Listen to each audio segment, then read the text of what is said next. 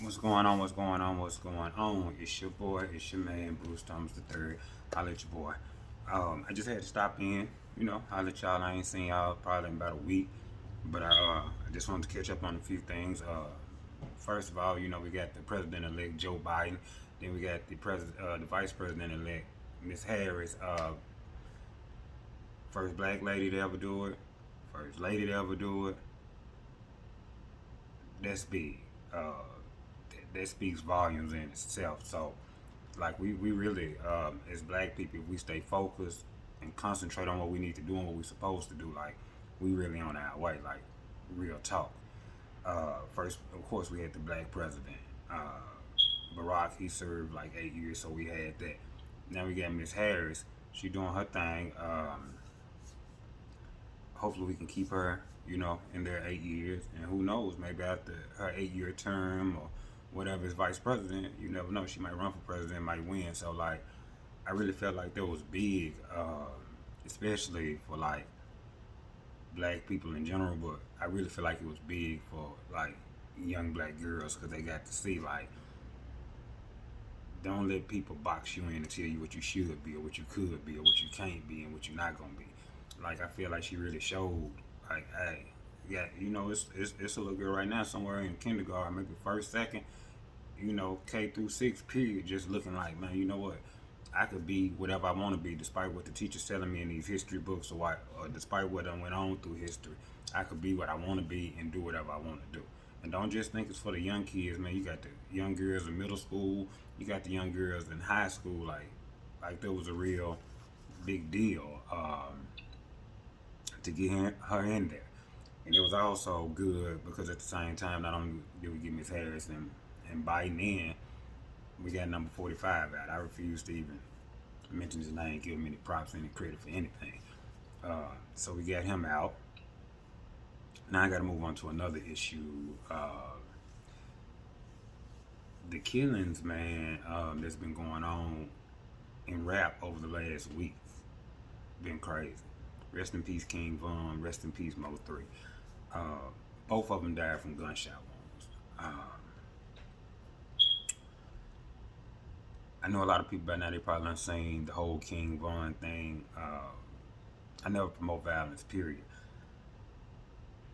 But I felt like if he'd had better people in his corner, like he would probably still be alive because it's one of those situations to me, like, you got to have people around you to tell you, like, hey, man, you the man, like, you the guy, you getting the money, you bigger than these situations right now. That's why I always say you don't need a bunch of yes men around you because somebody in his crew, out of all those 15 guys who was following him over there, somebody should have been like, yo, Von, this ain't even it. Like, this ain't the time for it, number one. Number two, what you gonna get out of it? Like, even if you do go over there and you whoop him, like, you put them hands on him, what you get out of it? Because at the end of the day, ain't nothing really gonna change. You put hands on him, he'll still have beef with you. So he's still looking for you out here. So eventually it was gonna catch up with you. I just like feel like if it was a situation that could have been handled better, possibly even, talked out and just been like, man, look, it ain't even worth this. But when you have a bunch of yes men with you, man, like they ain't gonna stop you. Ain't nobody gonna stop you and tell you what you should be doing. As far as the Mo 3 situation, I ain't really got a chance to catch up on that. Like I said on my podcast, Through the Eyes, Life Through the Eyes of Bruce Thomas III. Make sure you check out the one from today. Um, but I ain't get to check on Mo 3 that much. I never really listened to a Mo 3 song. I heard him on a couple of songs with Boosie. That's about it. None too much, none too major. But the fact that he was a black guy, you hate to see him go. Any person, period, like black, white, like you just hate to see somebody get killed, especially over some foolishness, something that could have really been settled with I'm sure with a sit down and talk, they could have settled all that. But when your first mind is like, I don't know why, as a people, as black people, we always feel like we got to make such a big point about everything. Like sometimes you just gotta let this shit ride. Like you just gotta let this shit go, man. Like who is it really important to? So now we done lost you, King Von. So like, and the dude you put hands on, he's still here. Like he's still walking around. You had two kids, like King Von, that you had to think about. Like to me, I just thought it could have been handled a different way. It's sad. Like especially over the years, we've been losing a lot of rappers. Like when I was growing up, the only rappers we really lost was, it was like we took it tough when we lost Pac and Big. So that was hurtful for us in our generation. Like we like, nah, Pac dead, like that can't be true, or Big dead, that can't be true. But now it just seems like we losing rappers by the day. Like we had already a few years back, Doe B in Alabama got killed. Lil Snoop. Uh, then you got Mo3, you got King Von. And it's been several. We lost Juice WRLD to the drugs. Like it's been several rappers that we done lost like to nonsense. And we just gotta get together, people. So, and I really just say it all this to be like, man, as a black people, like we have so much potential to do whatever we want to do. Like it's nothing that we can't do. But we gotta put our mind to it and just we gotta stick with it. We gotta quit killing each other too. We still be having these black on, you know what I'm saying? Like we still trying to push the Black Lives Matter movement. People think it's a game, but like it's real. But they not gonna ever respect us with the Black Lives Matter movement. Like if we don't respect ourselves.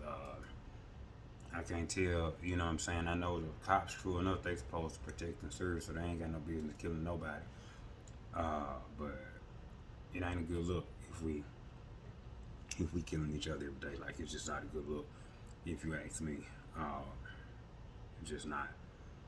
But I'm gonna move on off that and just move on to something else.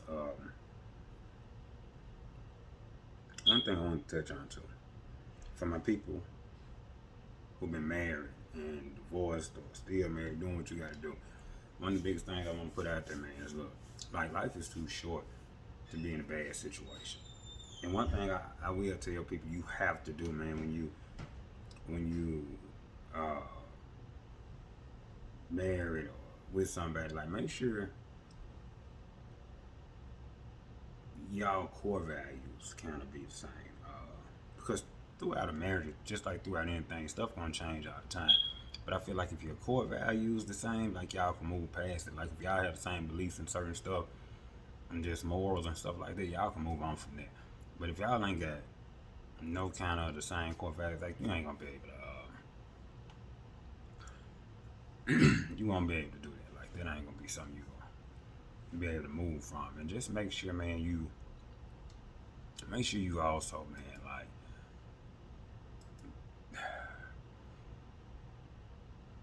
it go back to the core values. Like just make sure you marry somebody that kind of, you know what I'm saying, like at least believe in the same things that you do. Not everything, but some things gotta match. Like y'all gotta have, if you're a person with strong morals, you probably need to marry somebody at least with medium morals or strong morals, because if you marry somebody that ain't got no morals, y'all can have all the fun in the world, but y'all ain't never been be together, because they say opposites attract, but it's a certain thing sometimes as opposites, like just being too different. You can't win them all. Like sometimes it's just too different. So man, keep that on your head. Everybody that's married, I'm not trying to tell y'all not to stay married, none of that.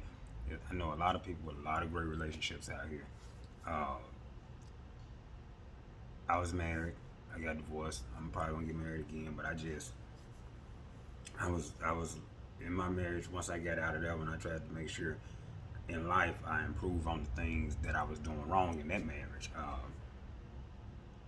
Because you don't want to take the same problems or the same habits into another marriage, that the bad habits at least anyway, because you're gonna get the same outcome. And that's cool. And single people, I'm gonna tell you this, like if you single and you've been single for a while, that's cool. Like you don't have to rush into no relationship. Like, cause when the time is right, the time gonna be right. Because the young lady I'm engaged to now, like when I met her,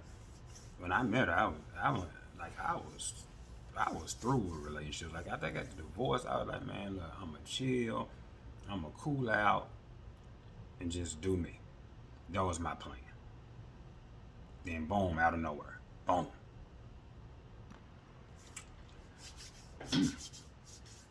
And as I was saying, I was out the game. I wasn't looking for nobody to marry, but I ran into her. We talked, found out we were from the same places, had some of the same things in common. Had a like, and we was a lot. I mean, we was opposite as well, but we had a lot of real traits that make a difference in common. So yeah, and we hit it off. We went on a few dates. I won't even call them dates. I went to her crib a few times, and man, we would talk to like 2 or 3 in the morning, like a bunch of times, just getting to know each other, going back and forth, what you like, what you dislike. And it wasn't really so much that we just had a good vibe, a good general conversation. So we would always talk. We always had a good time, and one thing led to another. We talk, and boom, now we here. But I did. I mean, I think I took a lot of some of the bad experience I had from my first marriage, and make sure I didn't repeat that again. Because you'll be a fool in life to think if you was in a marriage with somebody and y'all get a divorce, that it's 100% their fault or 100% your fault. Like, it'd be enough blame in these situations to go around. So, man, that's all I got for y'all today, man. Keep your head up. You know the same drill every time. Keep your head up. Stay safe. Make sure you stay out the way. We losing enough people as is to the corona, to the streets. Don't put that burden on your family. Don't put that burden on your family to have to buy that black dress or that black suit to bury you, man. Especially not like we losing people at like 26, 28, shit, sometimes 15, 16, like to gun violence. And all we leaving, when you leave, all you leaving is a bunch of hurt, heartbroken parents, friends, man, family. That's what we leaving. So like, you know what I'm saying? Just keep your eyes open, make sure everything good. And remember one thing for me. Karma is real, man. Like, you can't do a bunch of foul stuff to people out here, man, and think ain't nothing foul gonna happen to you. Like, if it go around, it come back around. Like, the game gonna always be the game. The game never changed, the players do. So just remember that, like, when it comes to this stuff out here, whether you in the streets, whether you hooping, whatever you do, it come back around. The game is gonna always be the game. Don't ever forget that. No one man can beat the game because the man didn't make the game. The game was here. The players changed, but the game gonna always be the same.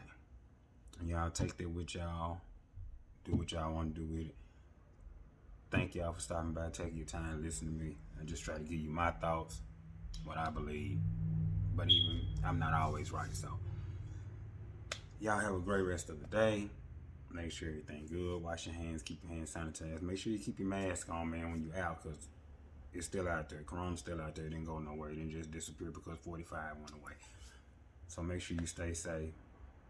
And to all the teachers out there in the world with this virtual learning, kudos to y'all. Y'all doing a hell of a job considering what y'all dealing with. And that's all I got for you. As usual, God bless you.